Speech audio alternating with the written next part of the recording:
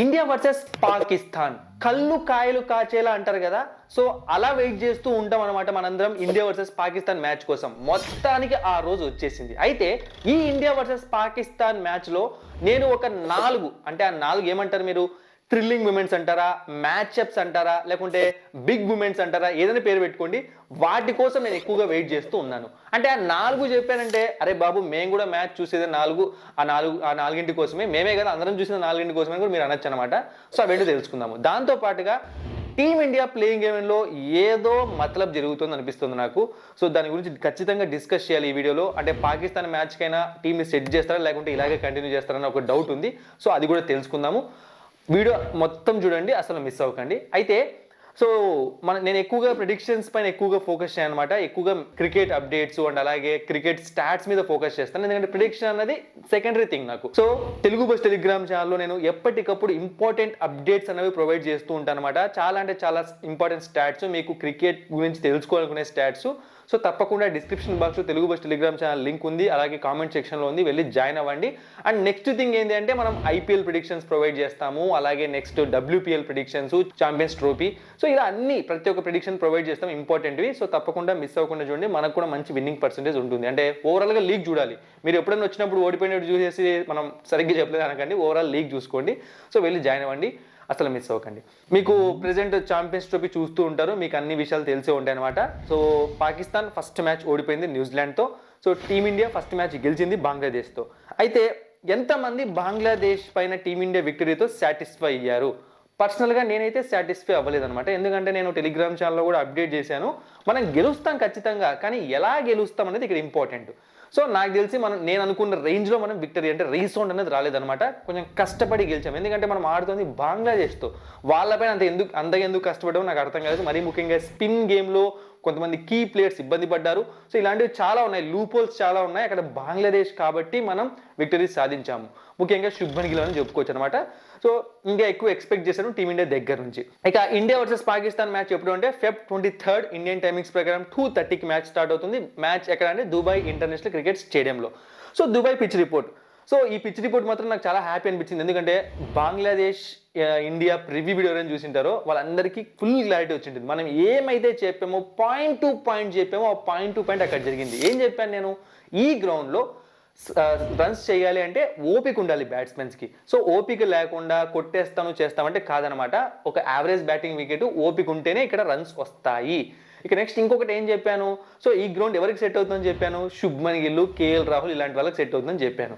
విరాట్ కోహ్లీకి కూడా, విరాట్ కోహ్లీ ఆడలేదు, but Shubman Gill century, KL Rahul లాస్ట్లో మంచి నాక్ ఆడితే ఆడాడు. సో ఇది. ఇక బౌలింగ్ పరంగా ఏం చెప్పాను, స్టార్టింగ్ కొద్దిసేపు పేస్ బౌలర్స్కి స్వింగ్ అవుతుంది. సో ఆబ్వియస్లీ షమి ఎలా బౌలింగ్ చేసేదో చూసాము. వాళ్ళ సైడ్ వాళ్ళకు కూడా స్టార్టింగ్ కొన్ని వికెట్స్ పడ్డారు, కొంచెం ఇబ్బంది పెట్టారు. అంటే రోహిత్ శర్మ వికెట్ తీసుకోవడం కానీ ఇలా. స్పిన్నర్స్కి మిడిల్ ఓవర్స్లో అద్భుతంగా వర్కౌట్ అవుతుంది ఈ పిచ్ అని చెప్పాను. జరిగిందా లేదా? అద్భుతంగా వర్కౌట్ అయింది. సో ఇదనమాట డ్యూ ఫ్యాక్టర్ అయితే ఖచ్చితంగా ఉంటుందన్నమాట. బేసిక్గా బంగ్లాదేశ్ ఆ రోజు ఒక గేమ్ ప్లే చేసి వాళ్ళు ఫస్ట్ బ్యాటింగ్ తీసుకున్నారు, కానీ వాళ్ళు తీసుకున్న రాంగ్ డెసిషన్, కావాలని రాంగ్ డెసిషన్ తీసుకున్నారు. వాళ్ళు ఏంటి అంటే, మనకు ఫస్ట్ బ్యాటింగ్ ఇచ్చారనుకోండి, సో మన వాళ్ళు ఒకవేళ ఒక 300-350 కొట్టేస్తే వాళ్ళ బౌలింగ్లో, తర్వాత వాళ్ళు గెలిచే ఛాన్సెస్ నిల్లు ఉంటాయి అనమాట. కష్టం ఆ పిచ్ పైన ఆడడం. సో అందుకే వాళ్ళు ఫస్ట్ బ్యాటింగ్ తీసుకొని సో ఒక స్కోర్ కొట్టామనుకోండి, తర్వాత చూసారుగా మన వాళ్ళని ఎలా ఇబ్బంది పెట్టారో, కొంచెం అలా టచ్ ఇచ్చారు కదా. సో ఆ విధంగా ట్రై చేస్తే ఏదో 100లో 1% మనం గెలిచే ఛాన్స్ ఉంటుంది కదా అని చెప్పి వాళ్ళు కావాలని ఆ రోజు ఫస్ట్ బ్యాటింగ్ తీసుకున్నారు. బేసిక్గా ఇక్కడ సెకండ్ బ్యాటింగ్ తీసుకుంటేనే విన్నింగ్ ఛాన్సెస్ ఎక్కువగా ఉంటాయి. ఇది పరిస్థితి అనమాట. పిచ్ అయితే స్లోగా ఉంటుంది, మీరు గమనించారు. రన్స్ అంత ఈజీగా రావు, కొంచెం కష్టపడాలి, ఓపిక ఉండాలి. ఇక దుబాయ్ స్టాట్స్ ఏం పెద్ద చేంజెస్ ఉండవు. మనం బంగ్లాదేశ్ మ్యాచ్కి ఈ మ్యాచ్కి ఒక్క మ్యాచ్ జరిగింది కాబట్టి. సో మీరు చూసారంటే పక్కన కనిపిస్తున్నాయి. సో 59 మ్యాచెస్, 22, 35, 250, 220 ఇవన్నమాట స్టాట్స్ అక్కడ దుబాయ్వి. ఇక India versus Pakistan. So one day మ్యాచెస్లో హెడ్ టు హెడ్ చూసాము అంటే మీరు షాక్ అవుతారు. 135 మ్యాచెస్లో ఇండియా 57 గెలిస్తే పాకిస్తాన్ 73 గెలిచింది. నో రిజల్ట్ 5 అనమాట. అంటే అరే పాకిస్తాన్ ఎప్పుడు గెలిచింది అంటే, మనం ఈ మధ్య ఆడట్లేదు కాబట్టి తెలియదు, కానీ ఇంతకుముందు రెగ్యులర్గా అయ్యేటప్పుడు వాళ్ళు కొంచెం మన పైన అప్పర్ హ్యాండ్ అయితే కనిపించేవాళ్ళు అనమాట. ఇక ఛాంపియన్స్ ట్రోఫీలో చూసాము అంటే 5 మ్యాచెస్ ఆడితే India 2 times, Pakistan 3 times. So ఇది రివెంజ్ టైం అనమాట. ఎందుకంటే లాస్ట్ టైం మనము వాళ్ళు ఆడినప్పుడు వాళ్ళే గెలిచారు, ఫైనల్లో మనం ఓడిపోయాము. ఇక నేను చెప్పా కదా ఆ 4 వాటి కోసం నేను మ్యాచ్ చూస్తానని. ఆ 4 ఏవి అంటే ఈ టాక్టికల్ మ్యాచ్అప్స్ అనమాట. సో రోహిత్ శర్మ వర్సెస్ షాహీన్ అఫ్రిది మ్యాచ్అప్ కోసం నేను వెయిట్ చేస్తున్నాను అనమాట. ఎందుకంటే రోహిత్ శర్మ ఈ మధ్య కాలంలో మీరు తన లాస్ట్ కొన్ని ఇన్నింగ్స్లు చూసారంటే తను సెంచరీ హాఫ్ సెంచరీ కోసం ఆడట్లేదు అనమాట. వచ్చామా కొట్టామా వెళ్ళామా అన్నట్టుగా, అంటే కట్టా కొట్టే తెచ్చా అన్నట్టుగా బ్యాటింగ్ చేస్తున్నాడు. కొంచెం ఫాస్ట్గా రన్స్ చేయాలని ట్రై చేస్తున్నాడు. అదే టైంలో స్టార్టింగ్ ఓవర్స్లో చాలా ఎఫెక్టివ్గా ఉన్నాడు షాహీన్ అఫ్రిది. సో ఈవెన్ మొన్న మ్యాచ్లు చూసినా సరే స్టార్టింగ్ 2-3 ఓవర్లు బాగానే బౌలింగ్ చేస్తున్నాడు, తర్వాత తను ఫెయిల్ అవుతున్నాడు. సో బట్ ఇద్దరి మధ్య మ్యాచ్అప్ చూసామంటే వన్డే ఫార్మాట్లో ఇప్పటి వరకు 48 రన్స్ కొట్టాడు అనమాట ఎవరు Rohit Sharma. So 2 times out అయ్యాడు, స్ట్రైక్ రేట్ 85.7, యావరేజ్ 24.0. సో ఇది అంటే రోహిత్ శర్మ డౌన్లో ఉన్నాడు, బట్ ఖచ్చితంగా ఈ మ్యాచ్లో తను బాగా ఆడాలని కోరుకుందాము, అందుకే వెయిట్ చేస్తున్నా ఈ యొక్క మ్యాచ్అప్ కోసం. ఇక నెక్స్ట్ విరాట్ కోహ్లీ వర్సెస్ హ్యారీస్ రౌఫ్. మర్చిపోతారా? ఈ పేరు వినగానే మీకు షాట్ గుర్తొచ్చేస్తుంది, ఆ షాట్. సో T20 వరల్డ్ కప్లో కొట్టిన షాట్ ఎప్పటికీ మర్చిపోరు. అది one of the greatest shot అని చెప్పి మనం చెప్పడం కాదు, ఐసీసీ చెప్పింది అనమాట. సో ఆ షాట్ కోసం మళ్ళీ వెయిట్ చేస్తున్నా నేను. అంటే వీరిద్దరి మధ్య వన్డే ఫార్మాట్లో పెద్దగా మేము లేవన్నా 5 balls ఆడాడంటే విరాట్ కోహ్లీ, అవుట్ కూడా అవ్వలేదు.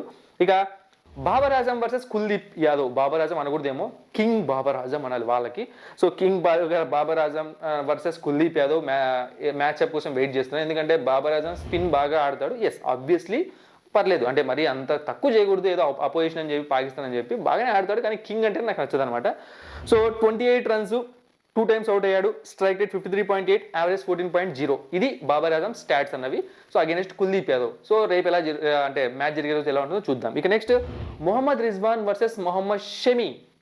సో ఈ ఇద్దరి మధ్య మ్యాచ్అప్ కావాలన్నమాట, చాలా ఇంపార్టెంట్ మ్యాచ్అప్ ఇది. ఎందుకంటే మొహమ్మద్ రిజ్వాన్ ఇలాంటి ఐసీసీ టోర్నమెంట్స్లో ఇంపార్టెంట్ మ్యాచెస్లో ఇండియా మ్యాచెస్లో బాగా ఆడే ప్లేయరు. మొహమ్మద్ షమి మనకు తెలుసు ఐసీసీ మ్యాచ్లు అంటే పూనకం వచ్చేస్తుంది, మనం ఆల్రెడీ బంగ్లాదేశ్ మ్యాచ్లో చూసాము. సో 5 wickets తీసుకున్నాడు. సో అందుకే ఈ ఇంపార్టెంట్ మ్యాచ్అప్స్ కోసం నేను వెయిట్ చేస్తున్నా. ఇప్పుడు టీమిండియా ప్లేయింగ్ 11లో కొన్ని ఇంపార్టెంట్ విషయాలు ఇక్కడ మనం చర్చిద్దాము, డిస్కస్ చేద్దాము. అదేంటి అంటే ఫస్ట్ టీంలోకి హర్షదీప్ సింగ్ ఎందుకు రావట్లేదు? ఓకే, హర్షిత్ రాణా 3 wickets తీసుకున్నాడు బంగ్లాదేశ్ మ్యాచ్తో, కానీ హర్షదీప్ సింగ్ ఎందుకు రావట్లేదు? ఇదే క్వశ్చన్ అడుగుతాను. ఎందుకు తెలుసా? హర్షదీప్ సింగ్ ఫామ్లో లేకుండా ఉండి అప్పుడు హర్షిత్ రాణా వచ్చి వికెట్స్ తీసింటే హర్షిత్ రాణాకి ఎలివేషన్ లెగచ్చు. ఫామ్లో ఉన్న ప్లేయర్ని పక్కన ఎందుకు కూర్చోబెడుతున్నారు? హర్షిత్ రాణా ఎందుకు తీసుకొని వస్తున్నారు? ఇప్పుడు మీరు కొంతమంది ఉంటారన్నమాట, అరే ఎవరు వస్తే ఏముందిరా బాబు వికెట్లు తీస్తున్నాడు అని చెప్పి. బట్ నేను ఇక్కడ ఏం మాట్లాడుతున్నానంటే హర్షిత్ రాణా వికెట్స్ తీసింది బంగ్లాదేశ్తో. సో పాకిస్తాన్ మ్యాచ్ అంటే హై వోల్టేజ్ మ్యాచ్. సరే పాకిస్తాన్ పక్కన పెట్టండి, ఇంకోటి ఏదో జరుగుతుంది ఇంపార్టెంట్ మ్యాచ్ న్యూజిలాండ్ అనుకుందాము. సో ఆ మ్యాచ్లో ఇంపార్టెంట్ మ్యాచెస్లో కూడా హర్షిత్ రాణా సరిగ్గా పర్ఫామ్ చేస్తానని గ్యారంటీ ఏముంది? అంటే మనం ఎప్పుడైనా సీనియర్స్నే కదా మనం నమ్మేది. ఇప్పుడు హర్షిత్ రాణా కన్నా టీంలో సీనియర్ హర్షదీప్ సింగ్, అలాంటప్పుడు మనం హర్షదీప్ సింగ్ నమ్మాలి కదా. సో నేను ఏమంటారు ఆ హైరార్కీనే ఫాలో అవుతున్నాను నేను.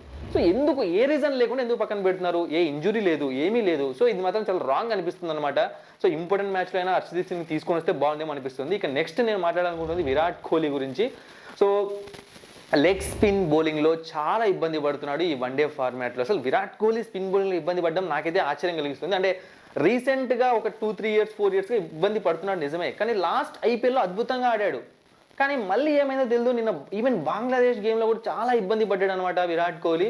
సో అంటే ఇంపార్టెంట్ ప్లేయరు తెలుసు కదా, పెద్ద పులి ఉన్నట్టే. పాకిస్తాన్తో మనం మ్యాచ్ ఆడుతున్నాడు విరాట్ కోహ్లీ అంటే విరాట్ కోహ్లీ పెద్ద పులే మనకి. సో అలాంటి ఒక ప్లేయరు ఇలా అవుట్ అవుతున్నాడు అంటే అది కూడా లెగ్ స్పిన్ బౌలింగ్లో నాకు ఎందుకు కొంచెం భయం అవుతుంది బేసిక్గా, నిజం చెప్తాను. ఇది పరిస్థితి. ఇక బౌలింగ్ పరంగా చూసామంటే నాకైతే ఇంకా చెప్పాను కదా, హర్షదీప్ సింగ్ పక్కన పెట్టేస్తే ఇక మొహమ్మద్ షమి ప్రివ్యూ వీడియోలో చెప్పాను, బంగ్లాదేశ్ ప్రివ్యూ వీడియోలో. అంటే ఇంకా ద బెస్ట్ షమి రాలేదు బయట ఇంజురీ నుంచి వచ్చినప్పటి నుంచి అని చెప్పి బంగ్లాదేశ్ మ్యాచ్లో చూపించాడు అనమాట. ఐసీసీ టోర్నమెంట్స్లో షమి ఎలా పర్ఫామ్ చేశాడో అలా పర్ఫామ్ చేశాడు. సో వన్డే ఫార్మాట్లో మోస్ట్ 5 firsts తీసుకున్న బౌలర్ కూడా మొహమ్మద్ షమినే, ఫాస్టెస్ట్ 200 wickets తీసుకున్న వాడు కూడా మొహమ్మద్ షమినే. సో అండ్ వన్డే ఐసీసీ ఛాంపియన్షిప్లో ఫస్ట్ టైం వన్డే ఫార్మాట్లో 5 wickets తీసుకున్న వాడు షమినే. సో ఒక మ్యాచ్లోనే ఇన్ని రికార్డ్స్ క్రియేట్ చేశాడు అనమాట మొహమ్మద్ షమి.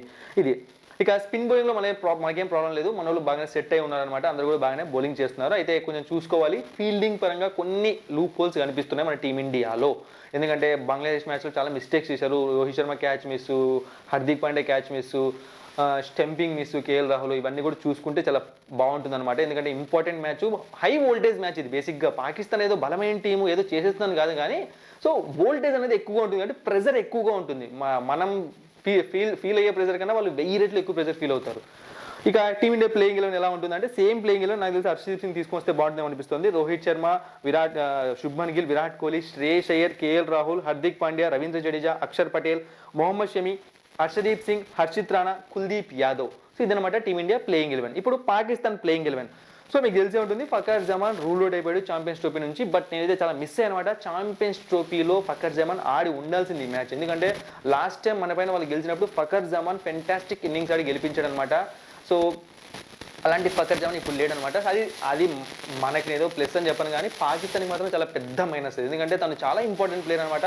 ఇంపార్టెంట్ గేమ్స్లో అద్భుతంగా ఆడుతూ ఉంటాడు. సో ఇప్పుడు నాకున్న డౌట్ ఏంటి అంటే, ఇప్పుడు ఫకర్ జమాన్ యాక్చువల్గా ఓపెనింగ్ చేయాలి, వెళ్ళిపోయాడు. ఇప్పుడు ఎవరు ఓపెనింగ్ చేస్తారు బాబర్ ఆజంతో కలిసి?